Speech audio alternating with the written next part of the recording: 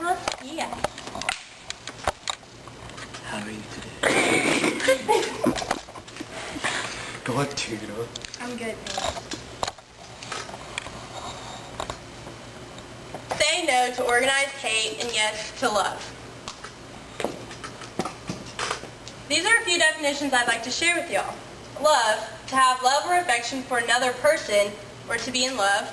Discrimination, which is a treatment or consideration of or making a distinction in favor or against a person or thing based on the group, class, or category to which that person or thing belongs rather than on individual merit.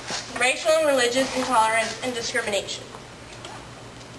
Notice in the definition of love, it says another person. Love isn't defined to just a man and a woman. In my opinion, love should have no boundaries, but the government has set boundaries for love. These are the following sources I've used for information. I use dictionaryreference.com, dictionaryreference.com, PFLAG States for my quotes, and for my interviews I used Jack Press, Joshua Cox, Jamie Bispano, and Jerry Stanley. For my information I used Wikipedia, and for my stories I used South Coast Today, and for my photos I used Google Images. My name is Kayla Lawler, and I'm addressing the need to end discrimination of all homosexuals, and I'm explaining how it would benefit to society. I'm speaking from the perspective of a concerned citizen. For many years, same-sex marriage has been close to or at the top of the list for religious and political controversies. U.S. states either allow same-sex marriage or ban it. Much like the fight for suffrage and the conflict of segregation, the civil rights of citizens are being infringed on. It is obvious that something needs to be done before this issue gets out of hand. Like I said before, there should be absolutely no discrimination toward homosexuals. As I see it in the United States, homosexuals are being deprived of certain civil rights. If we give homosexuals the privilege of getting married, there would be many positive effects that will bring to society. Let's just begin with arguments that the opposers have. The opposed bring up a question. Well, let's just say they got married. How could they reproduce? They couldn't. So how could this help us at all? Well, I'm here to help you understand my view. This opens many opportunities to adopt children. Same-sex couples can raise children just as well as straight couples.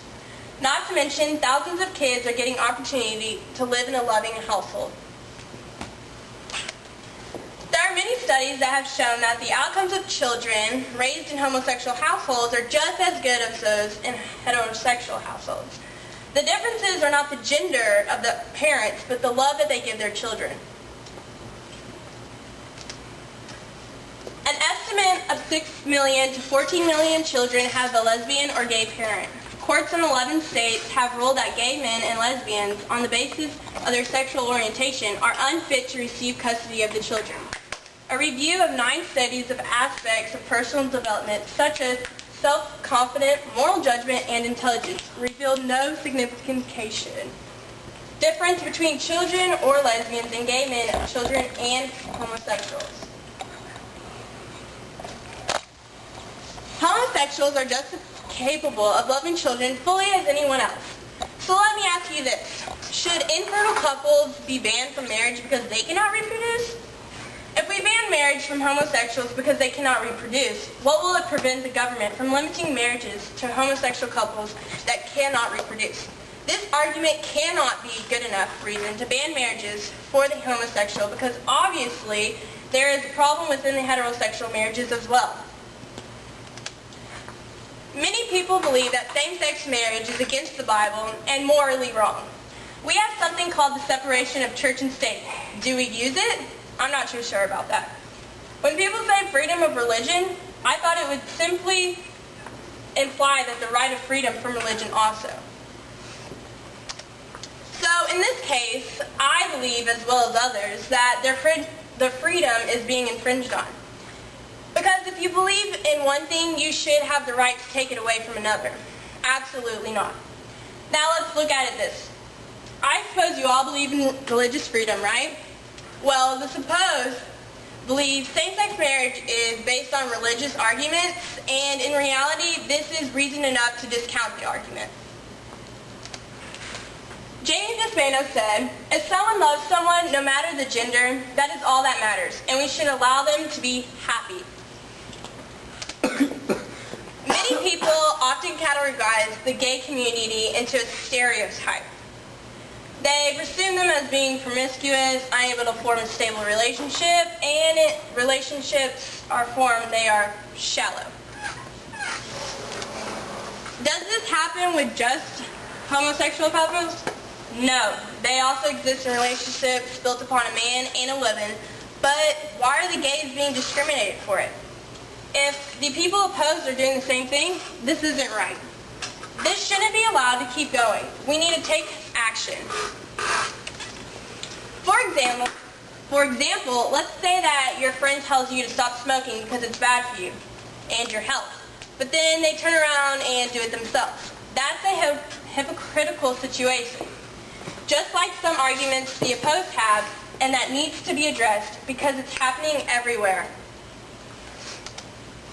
I conducted a survey in my school asking the opinions of others on same-sex marriage. The result was 78 people for it and 27 people against it. I asked the opposed a simple question: why? And many of their responses were, "I don't know, just because it's gross."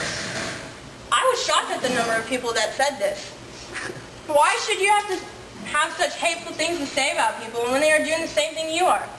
They are loving the ones they wish to love. Just because they're not like you doesn't mean they have the right to critique someone else's personal decisions. This leads to my main final point, that homosexuals are being judged negatively. Let's just see how it would be like if someone judged you on who you loved. Wouldn't that take offense to you? I believe everyone deserves the right to make a choice without having to get society's endpoint. We should see past their choices and accept them as who they are as a person. If someone lived all their life being discriminated against, they will never know what it's like to be free. Isn't that what America is all about? Freedom? Joshua Cox said, "That's like me saying, should I discriminate you against you because you have a red shirt on? Oh wow, I'm sorry, but that's gross. I can't associate with you." That's a dumb thing to do that. That's exactly how they feel. Take a minute and put yourself in their shoes. And don't just take a step in them, take a journey. Try and see yourself in their situation. How would you feel if your friend stopped talking to you because you were in love with someone they didn't like? Now compare this to same-sex couples. How would you feel if society discriminated you because the person you chose to love? Or better yet, how would you feel if you couldn't marry the one you loved? Most homosexuals are being discriminated worldwide. 11% of Americans who would object to having a gay airline pilot, 55% of Americans would object to having a gay elementary school teacher, and 49% of Americans would object to having a gay doctor. Treat others as well as you would treat yourself. We should take action beyond the point of just realizing that you're humans with rights too. We can't discriminate them because we don't like their actions. We should accept them for who they are as a person. Let's help support them and encourage them in what they believe is right, because we all think differently. I did some research of gay families, and I found a story of a young man and how he dealt with society. When Scott Wagenhofer-Zahn was 4 years old and his parents, which were two men, got married in Oregon, a minister grabbed his arms, looked him right in the eye, and said, "You will burn in hell." Ow.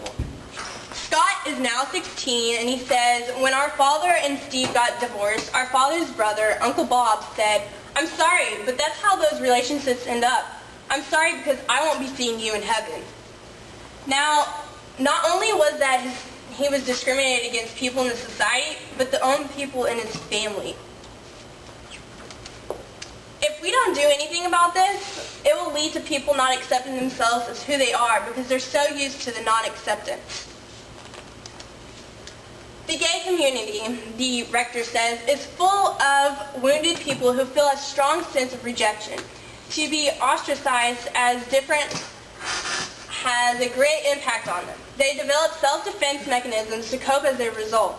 You are in the tribe or not in the tribe. When gay men see gay males as parents, they feel that they have broken the normative pattern. Jerry Stanley said, "I'm not the only one who can decide to change myself, but I am not the only one who can help change others." With all this being said, I want to meet the need to end discrimination towards homosexuals. You may be different, but we're all equal. I want you to put yourself in their shoes and realize what they're going through. Also, try and help others realize that these people are equal, just like them. Always remember, love has no boundaries.